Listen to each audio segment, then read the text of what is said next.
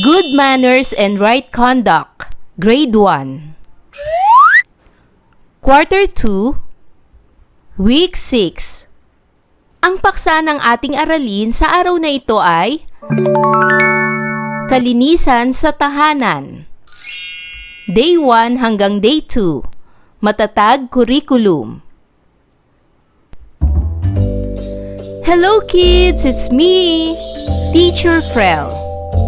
Don't forget to subscribe, like, and share, and hit the notification bell for the latest video. You can also follow my Facebook page, Teacher Frel TV. Sa araw na ito ay pag-aaralan natin sa asignaturang GMRC, ang kalinisan sa tahanan. Day 1. Mga layunin. Natutukoy ang mga paraan ng kalinisan sa tahanan at naipahahayag na ang kalinisan sa tahanan ay pagpapakita ng pangangalaga sa kapaligiran. Masdan ang larawan sa ibaba. Ano-ano ang ginagawa ng bawat kasapi ng pamilya? Makikita natin sa larawan na ang bawat kasapi ng pamilya ay may kani-kaniyang ginagawa. Mayroong nagwawalis o di kaya'y naglalampaso ng sahig. Paano ka tumutulong upang maging malinis ang inyong tahanan? Maari mong ikwento. Sa araw na ito, inaasahang matutukoy ang mga paraan ng kalinisan sa tahanan. Inaasahan din na maipahahayag na ang kalinisan sa tahanan ay pagpapakita ng pangangalaga sa kapaligiran. Pagmasdan muli ang larawan sa ibaba. Nagagawa mo din ba ang ipinapakita sa larawan? Mga paraan ng kalinisan sa tahanan. Ano ang ipinapakita sa larawan? Ito ay pagwawalis ng sahig. Ano naman ang ipinapakita sa larawang ito? Ito ay pagdidilig ng halaman. Ano naman ang ipinapakita sa larawang ito? Ito ay paghuhugas ng plato. Ano naman ang ipinapakita sa larawang ito? Ito ay pagliligpit ng pinagkainan. Dapat tayong maging malinis sa ating tahanan dahil kapag malinis ang tahanan ay makakaiwas tayo sa sakit at mikrobyo. Mas magaan at maginhawa ang kumilos kapag maayos ang paligid. Ang kalat ay maaaring magdulot ng aksidente tulad ng madulas o matapilok. Mas masarap tumira at manirahan sa isang maaliwalas at maayos na tahanan. Ipinapakita nito na marunong tayong mag-alaga sa ating tahanan at sa mga kasama natin dito.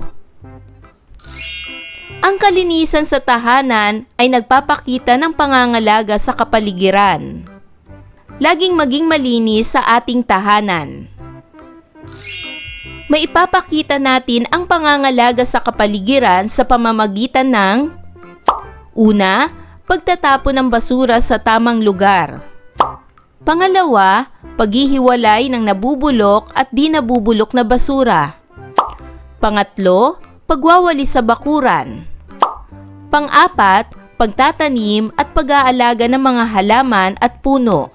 At panglima, pag-iwas sa pagsusunog ng mga tuyong dahon. Ang kalinisan ay pagiging maayos sa lahat ng bagay. Narito ang mga halimbawa ng mga paraan ng kalinisan sa tahanan. Una, pagwawalis ng sahig. Pangalawa, pagpupunas ng gamit. Pangatlo, pagdidilig ng halaman. Pang-apat, pagliligpit ng pinagkainan. At panglima, paghuhugas ng plato. Ngayon ay dumako na tayo para sa gawaing ito. Tukuyin ang mga paraan ng kalinisan sa tahanan. Isulat ang tamang letra ng larawan sa kwaderno. Ano ang ipinapakita sa larawang ito? Tama, ito ay nasa letter A, pagwawalis ng sahig sa sala ng tahanan. Pangalawang larawan, ano naman ang ipinapakita ng bata sa larawang ito? Tama, ang sagot ay nasa letter B, pagpupunas ng mga gamit sa kusina. Pangatlong larawan, ano naman ang ipinapakita ng bata sa larawang ito? Tama, ang sagot ay nasa letter C, pagtatapon ng basura. Pang-apat na larawan, ano naman ang ipinapakita ng mga bata sa larawan? Tama, ang sagot ay nasa letter D, pagtatabi ng bote sa tamang lagayan. At para naman sa panghuling larawan, ano ang ipinapakita ng bata sa larawang ito? Magaling! Ang sagot ay nasa letter E, paghuhugas ng mga plato sa kusina. Para naman sa karagdagang gawaing ito, iguhit ang check sa iyong kwaderno kung ang sasabihin ko ay paraan ng kalinisan sa tahanan at X kung hindi. Unang bilang, paglalaba ng mga maduming damit. Ito ba ay check o X? Magaling! Ang tamang sagot ay check. Pangalawang bilang, paglalampaso ng sahig.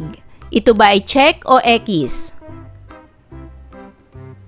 Magaling! Ito ay check. Pangatlo, pagwawalis sa labas ng tahanan. Ito ba ay check o X?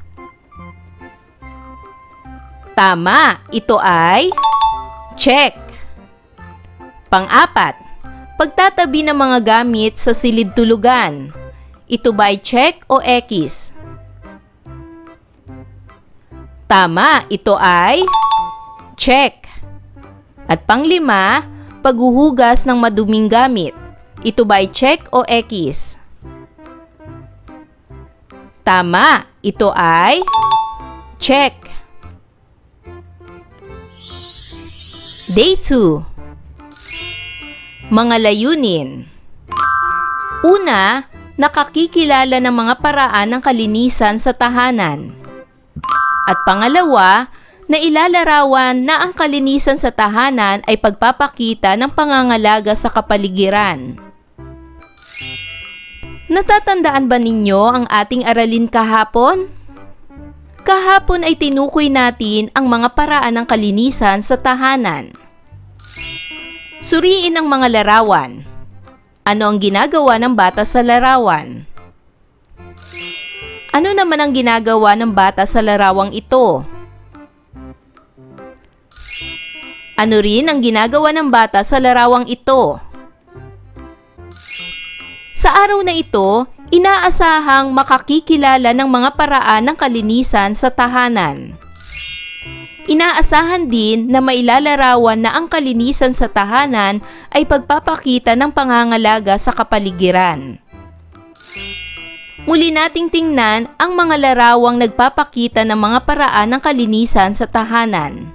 Gaya ng pagwawalis ng sahig, pagpupunas ng gamit, pagdidilig ng halaman, paghuhugas ng plato, pagliligpit ng pinagkainan. Basahin ng sabay-sabay ang iba pang paraan ng kalinisan sa tahanan. Para sa unang bilang, ito ay paglalampaso ng sahig. Pangalawa, pag-aayos ng mga hinigaan. Pangatlo, paglilinis ng banyo. Pang-apat, pag-aayos ng mga damit sa cabinet. Panglima, paglilinis ng bintana. Pang-anim, pagwawalis ng sahig. Pang-pito, pagpupunas ng gamit. Pang-walo, pagdidilig ng halaman. Pang-siyam, pagliligpit ng pinagkainan. At pang-10, paghuhugas ng plato.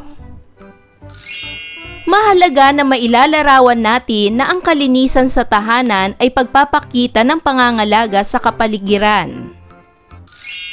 Ang malinis na kapaligiran ay nakakaiwas sa sakit at mikrobyo na maaaring magdulot ng karamdaman sa pamilya.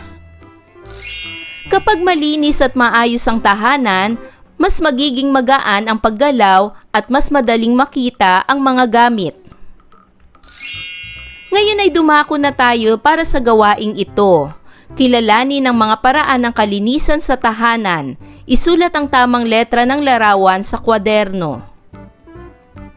Para sa unang larawan, ano ang ginagawa ng batang ito? Magaling! Ang tamang sagot ay nasa letter A, paglalampaso ng sahig. Pangalawa, ano naman ang ginagawa ng batang ito? Tama! Ang sagot ay nasa letter B, pag-aayos ng mga hinigaan. Pangatlong larawan, ano ang ipinapakita ng batang ito? Tama! Ang sagot ay nasa letter C, paglilinis ng banyo. Pang-apat na larawan, ano ang ipinapakita ng mga batang ito? Tama! Ang sagot ay nasa letter D, pag-aayos ng mga damit sa cabinet. At para naman sa panghuling larawan, ano ang ipinapakita ng mga bata sa larawan? Magaling! Ang sagot ay nasa letter E, paglilinis ng bintana. At para naman sa karagdagang gawain, kumpletuhin ang pangungusap. Isulat ang sagot sa kwaderno. Ako ay patlang ng aking silid. Anong tamang salita para makumpleto ang pangungusap na ito? Halimbawa, ako ay nagliligpit ng aking silid. Sumunod, ako ay patlang ng sahig. Ano naman ang tamang salita upang makumpleto ang pangungusap na ito? Halimbawa, ako ay naglalampaso ng sahig. At sumunod, ako ay patlang ng aking mesa. Ano naman ang tamang salita upang makumpleto ang pangungusap na ito? Halimbawa, ako ay nagpupunas ng mesa. Ayan mga bata, naunawaan niyo ba ang ating aralin sa araw na ito? Kung ganon, magaling! Mga bata, sana'y marami kayong natutunan sa ating aralin. Hanggang sa susunod na video lesson, paalam! Thanks for watching!